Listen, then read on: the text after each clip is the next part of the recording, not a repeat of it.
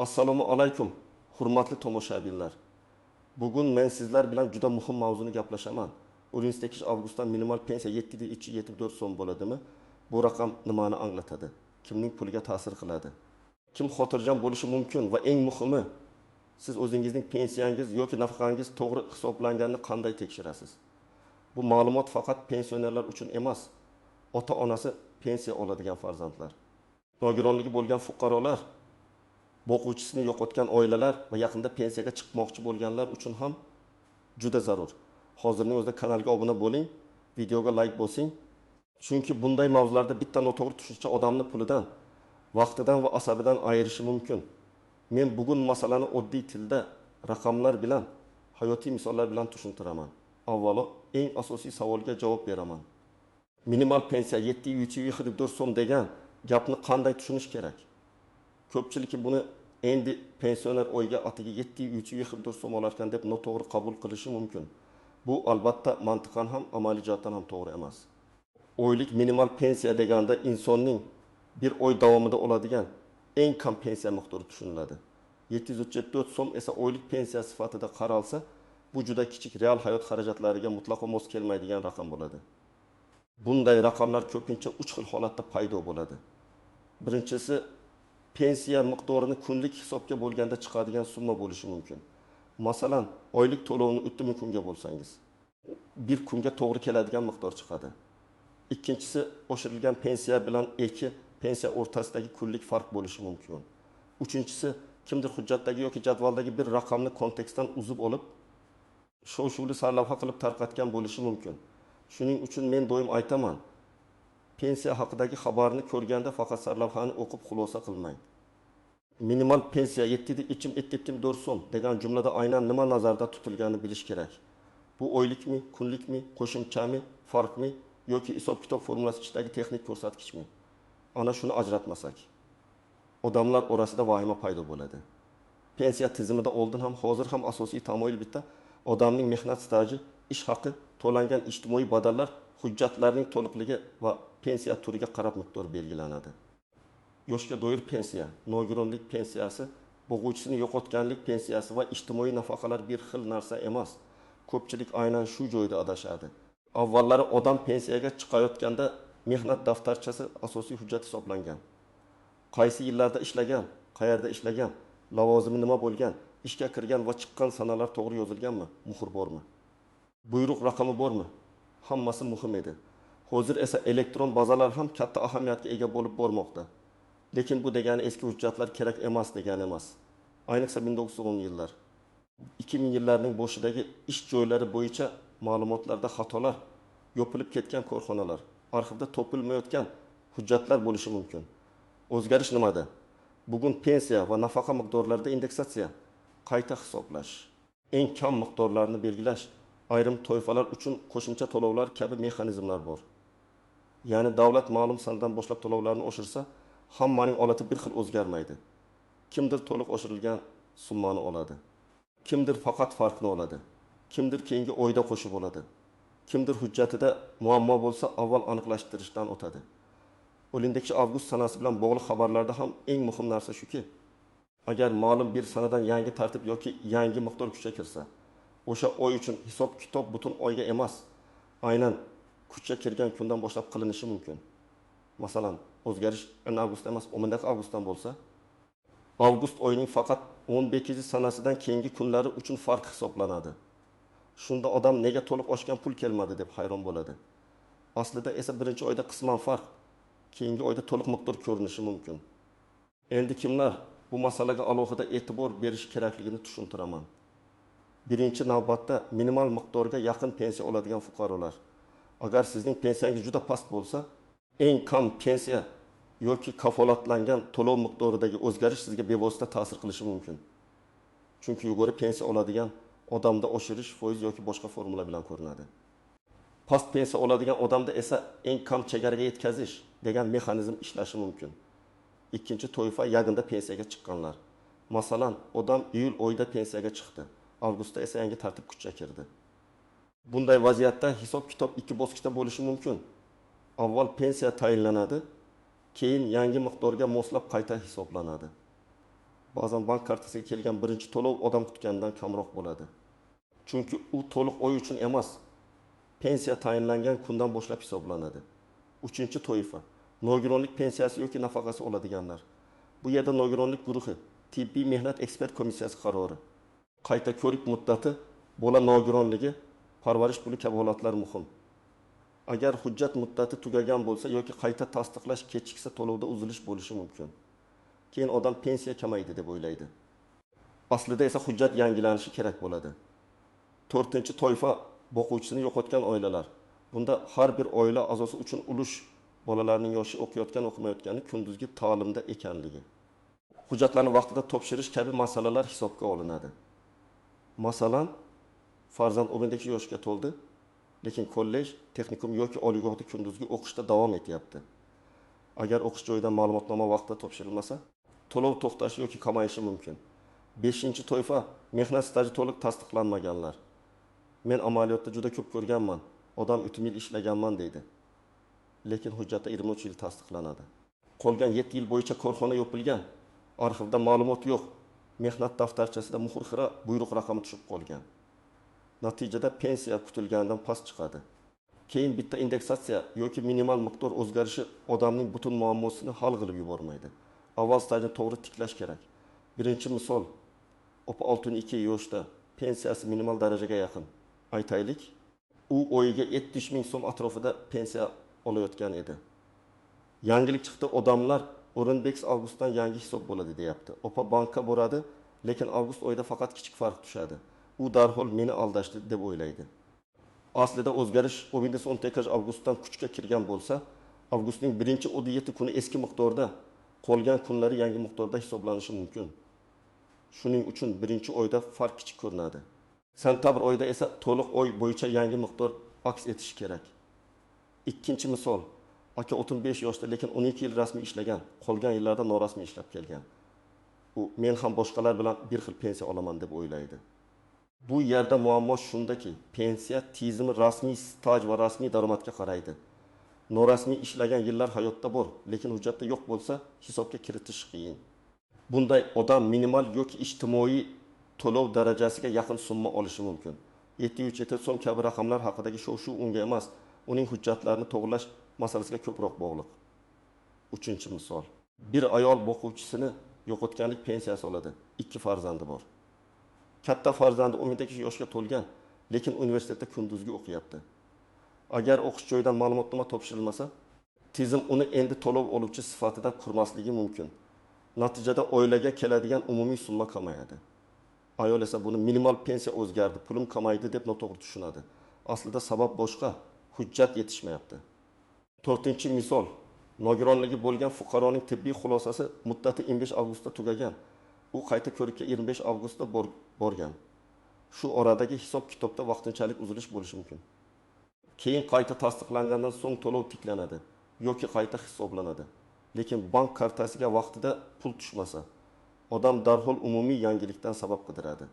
Men bunday holatda birinchi navbatda tibbiy hujjat muddati, pensiya jamg'armasidagi status va bankdagi o'tkazma sanasini tekshirishni maslahat beraman. Endi aynan 7374 so'm raqamiga qaytamiz. Men buni oddiy formula bilan tushuntiraman. Tasavvur qiling, biror minimal oylik to'lov bor. Uni kunlarga bo'lsangiz, bir kunlik ulush chiqadi. Masalan, 220 ming 220 so'mni o'tin kunga so'm chiqadi. Bu shunchaki matematik misol. Demak, 724 so'm degan raqam ba'zan oylik to'lov emas. Balki bir kunlik hisob ulushi sifatida paydo bo'lishi mumkin. Yana bir holat, eski to'lov bilan yangi to'lov o'rtasidagi farq oylik 95.226 so'm bo'lsa, bu farq 10-kunga bo'linib yoki 10-kun uchun hisoblanganda boshqa raqamlar chiqishi mumkin. Ya'ni odam kartasiga kichikroq qo'shimcha pul tushganini ko'rib, mening yangi pensiyam shumi deb o'ylaydi. Aslida bu faqat o'tish davridagi farq bo'lishi mumkin. Shuning uchun men har doim 3 ta savolni berishni tavsiya qilaman. Birinchisi, bu raqam oylikmi yoki kunlikmi? Ikkinchisi, bu asosiy pensiyami yoki qo'shimcha farqmi? Uchinchisi, bu hamma uchunmi yoki faqat ma'lum toifa uchunmi? Shu 3 savolga javob topilmasa, har qanday xabar odamni chalg'itadi. Endi ko'pchilik bilmaydigan nozik jihatlarni aytaman. Birinchi nozik jihat. Pensiya oshirilgani bilan bank kartasiga pul o'sha kuni tushish shart emas. Qaror kuchga kirgan sana boshqa. Moliyalashtirish va bank orqali o'tkazish sanasi boshqa bo'lishi mumkin.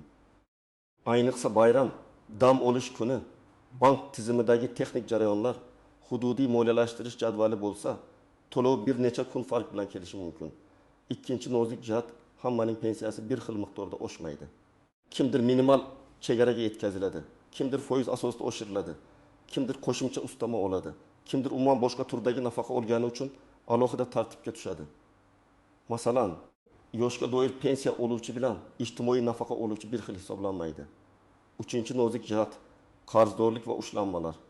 Ayrim pensionerlarda aliment sud qarori, kredit bo'yicha avtomatik ushlanma yoki ortiqcha to'langan summani qaytarish kabi holatlar bo'lishi mumkin. Pensiya oshgan bo'lsa ham kartaga kelgan summa kutilgandan kam bo'lishi mumkin. Bunday vaziyatda davlat kam berdi deyishdan oldin bankdan va pensiya jamg'armasidan ushlanma bor yo'qligini aniqlash kerak. 4-nozik jihat, yashash hududi va yetkazib berish usuli. Kimdir pulni bank kartasida oladi, kimdir naqd shaklda yetkazib berish orqali oladi. Naqd yetkazib berishda jadval bo'lishi mumkin. Bir mahallaga bugun, boshqasiga ertaga. Bu ham odamlar orasida falonchiga tushdi, menga tushmadi degan gaplarni keltirib chiqaradi. 5-nozik jihat, oilaviy tarkib o'zgargan bo'lsa, to'lov ham o'zgaradi. Masalan, o'quvchisini yo'qotganlik bo'yicha pensiyada farzandlardan biri voyaga yetdi, kimdir turmushga chiqdi, kimdir o'qishni sirtqi shaklga o'tkazdi. Bularning hammasi hisob-kitobga ta'sir qilishi mumkin. 6-nozik jihat, pensiya tayinlangandan keyin qo'shimcha staj topilsa, qayta hisoblash mumkin. Masalan, odam arxivdan eski ish joyi bo'yicha ma'lumotnoma oldi. Bu ma'lumot ilgari hisobga kirmagan bo'lsa, pensiya jamg'armasiga murojaat qilib, pensiyani qayta hisoblatish mumkin. Lekin qayta hisoblash avtomatik bo'lmasligi mumkin. Siz ariza berishingiz kerak bo'ladi. Endi eng foydali qismga o'tamiz. Agar siz yoki yaqinlaringiz pensiya, nafaqa, nogironlik to'lovi yoki o'quvchisini yo'qotganlik pensiyasi olayotgan bo'lsa, quyidagi ishlarni bajaring. Birinchi qadam, oxirgi 3 oydagi tushumlarni tekshiring. Bank ilovasidan, bankomatdan yoki bank filialidan ko'chirma oling. Qaysi oyda qancha tushgan, qaysi sanada tushgan, izohida nima yozilgan, alohida farq yoki qo'shimcha to'lov bormi? Shularni yozib chiqing. Faqat taxminan shuncha tushardi degan gap bilan murojaat qilsangiz, aniq javob olish qiyin bo'ladi. Ikkinchi qadam, pensiya jamg'armasining hududiy bo'limiga yoki davlat xizmatlari markaziga murojaat qiling. Borishdan oldin shaxsni tasdiqlovchi hujjat, ya'ni pasport yoki ID karta, pensiya daftarchasi yoki pensiya tayinlanganligi haqidagi ma'lumot, bank kartasi rekvizitlari, mehnat daftarchasi, arxiv ma'lumotnomalari, nogironlik bo'yicha tibbiy xulosa, o'quvchisini yo'qotganlik bo'yicha hujjatlar, farzandlar tug'ilganlik guvohnomasi, o'qish joyidan ma'lumotnoma kabi hujjatlarni tayyorlab qo'ying. 3-qadam, og'zaki so'rash bilan cheklanib qolmang. Agar pensiyangiz noto'g'ri hisoblangan deb hisoblasangiz, yozma ariza bering. Arizada juda oddiy qilib yozing. Menga tayinlangan pensiya miqdori va oxirgi qayta hisoblash asoslarini tushuntirib berishingizni, staj va ish haqi ma'lumotlarim to'liq hisobga olingan-olinmaganini tekshirishingizni so'rayman. Ariza nusxasiga qabul qilingan sana va raqam qo'ydirib oling. Bu juda muhim, chunki keyingi bosqichda sizda dalil bo'ladi. 4-qadam. Stajingizni tekshiring. Mehnat daftarchangizdagi har bir yozuvni ko'rib chiqing. Ishga kirgan sana bormi? Ishdan chiqqan sana bormi? Muhr bormi? Korxona nomi aniqmi? Lavozim yozilganmi? Agar qaysidir davr bo'yicha shubha bo'lsa, arxivga murojaat qiling. Korxona yopilgan bo'lsa, uning hujjatlari qaysi arxivga topshirilganini aniqlash kerak. Ba'zan bitta arxiv ma'lumotnomasi odamning pensiyasini sezilarli oshirishi mumkin. 5-qadam. Ish haqi ma'lumotlarini tekshiring. Pensiya faqat stajga emas, daromadga ham bog'liq bo'lishi mumkin. Agar siz yuqori maosh olgan yillaringiz hisobga kirmay qolgan bo'lsa, pensiya kutilgandan past chiqishi mumkin. Buning uchun eski ish joyingizdan yoki arxivdan ish haqi to'g'risida ma'lumotnoma olish talab qilinadi. 6-qadam. Agar siz nogironlik to'lovi olsangiz, tibbiy hujjat muddatini oldindan kuzating. Qayta ko'rik sanasi kutib yurmang. Muddat tugashidan oldin harakat qiling. Chunki hujjat kechiksa, to'lovda uzilish bo'lishi mumkin. Keyin uni tiklash uchun yana vaqt ketadi. 7-qadam. O'quvchisini yo'qotgan oilalar farzandlarining o'qish ma'lumotnomasini vaqtida topshirsin. Ayniqsa 12 yoshdan keyin bu juda muhim. Kunduzgi ta'lim, o'qish muddati, buyruq sanasi. talabalik holati aniq ko'rsatilgan ma'lumotnoma bo'lishi kerak. Sirtqi yoki kechki ta'lim holatlarida to'lov shartlari boshqacha bo'lishi mumkin. Shuning uchun albatta aniqlashtiring. 8-qadam. Ijtimoiy tarmoqlardagi xabarlarga ehtiyot bo'ling. Hamma pensionerga falon pul beriladi. Bugundan pensiya falon so'm bo'ldi. Ariza yozmagan odam pul olmaydi degan xabarlar ko'p tarqaladi. Rasmiy manbani tekshirmasdan hujjatingizni begona odamlarga bermang. Plastik karta raqami, SMS kod, pasport nusxasini har kimga yubormang. Pensiya masalasida firibgarlar ham ko'payadi.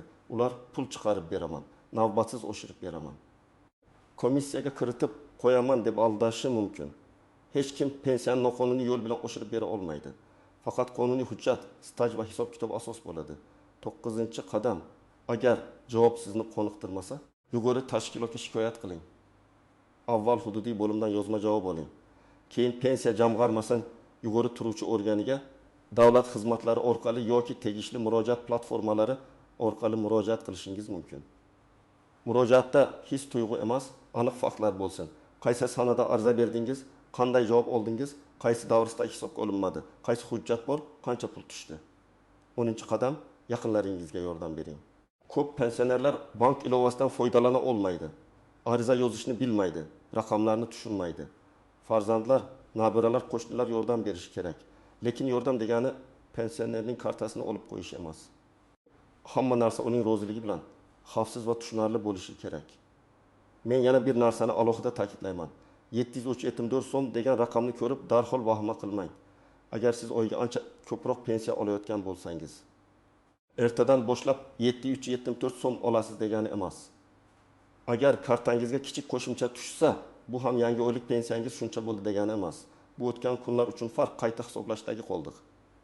Bir kunlik ulush yoki boshqa texnik to'lov bo'lishi mumkin. Aksincha, agar sizga umuman pul tushmasa, hamma tizim o'zgardi deb o'ylamang. Sabab bankda, hujjatda, muddatda, kartaning amal qilishida, ushlanmada yoki shaxsiy ish hujjatlarida bo'lishi mumkin. Har bir holat alohida tekshiriladi. Yana bir keng tarqalgan xatoda odamlar qo'shnining pensiyasi bilan o'z pensiyasini solishtiradi. U ham men bilan birga ishlagan. Nega u ko'proq oladi degan savol ko'p uchraydi. Lekin ikki odamning staji bir xil ko'rinsa ham, maoshi, lavozimi, hujjatlari, tanaffus yillari, imtiyozli davrlari, pensiya tayinlangan sanasi farq qilishi mumkin. Shuning uchun solishtirishdan ko'ra o'z shaxsiy hisobingizni tekshirtirish to'g'riroq. Mening tavsiyam shuki, har bir pensioner yoki uning yaqinlari yiliga kamida bir marta pensiya hujjatlarini tartibga keltirib qo'ysin. Pensiya bir marta tayinlandi, endi umrbod hech narsa o'zgarmaydi deb o'ylamang. Qonunchilik o'zgaradi, miqdorlar indeksatsiya qilinadi, qo'shimcha hujjatlar topiladi, oilaviy holat o'zgaradi. Bularning har biri to'lovga ta'sir qilishi mumkin. Agar siz hali pensiyaga chiqmagan bo'lsangiz, hozirdan tayyorlaning. Mehnat daftarchangizni tekshiring, elektron mehnat tarixingizni ko'ring, ish joylaringiz bo'yicha hujjatlarni yig'ing. Rasmiy ishlayotganingizga ishonch hosil qiling. Keyin bir gap bo'lar degan yondashuv pensiya yoshiga kelganda juda katta muammoga aylanadi. Bugun norasmiy olingan maosh qo'lda ko'proq ko'rinishi mumkin. Lekin ertaga pensiya hisobida ko'rinmaydi. Agar ota-onangiz pensiya olsa, ularning oxirgi tushumlarini birga tekshiring. Har oy qachon va qancha tushayotganini yozib boring. Agar o'zgarish bo'lsa, sababini aniqlang. Ayniqsa yangi sanadan kuchga kirgan oshirishlarda birinchi oyda qisman, keyingi oyda to'liq ko'rinishi mumkinligini tushuntirib qo'ying. Shunda ular ortiqcha xavotir olmaydi. Bugungi mavzudan asosiy xulosa shuki, 10-avgustdan minimal pensiya 774 so'm degan gapni sarlavha bo'yicha tushunib bo'lmaydi. 774 so'm oylik minimal pensiya sifatida qabul qilinmasligi kerak. Bu raqam kunlik hisob, farq, qo'shimcha yoki noto'g'ri talqin qilingan ko'rsatkich bo'lishi mumkin. Eng to'g'ri yo'l o'z pensiyangiz bo'yicha rasmiy hisob-kitobni tekshirish, hujjatlarni tartibga keltirish va zarur bo'lsa yozma murojaat qilish. Agar sizning pensiyangizda o'zgarish bo'lgan bo'lsa, kartangizga qancha tushgani, qaysi sonda tushgani va qanday muammo yuzaga kelganini izohlarda yozing. Men keyingi videolarda eng ko'p uchraydigan holatlarni alohida tushuntirib beraman. Videoga like bosing, kanalga obuna bo'ling va bu videoni ota-onangizga, qarindoshlaringizga, qo'shnilaringizga yuboring. Chunki pensiya masalasida to'g'ri ma'lumot har bir oilaga kerak.